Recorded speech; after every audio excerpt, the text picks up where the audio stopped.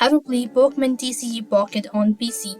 Hi everybody, in this video I'll be showing you the procedure to play Pokémon TCG Pocket on your PC.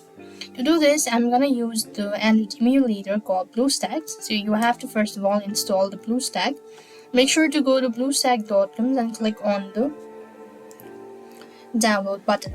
After it's completely downloaded, then you wanna locate the downloaded file or the exe file and run the installation. After it is completely installed, here you'll be able to find BlueStacks. So then you want to double click on it and open up BlueStacks. So after the BlueStacks completely downloaded, then you want to click on the home icon from the top of the page, and then you want to go ahead and on this field type in Pokémon TCG Pocket. When you locate Pokémon TCG Pocket, then you want to click that out. It will then direct you to the next field. What next you need to do is here you want to simply go ahead and install it. So this is the actual Pokémon TCG Pocket that we are looking for.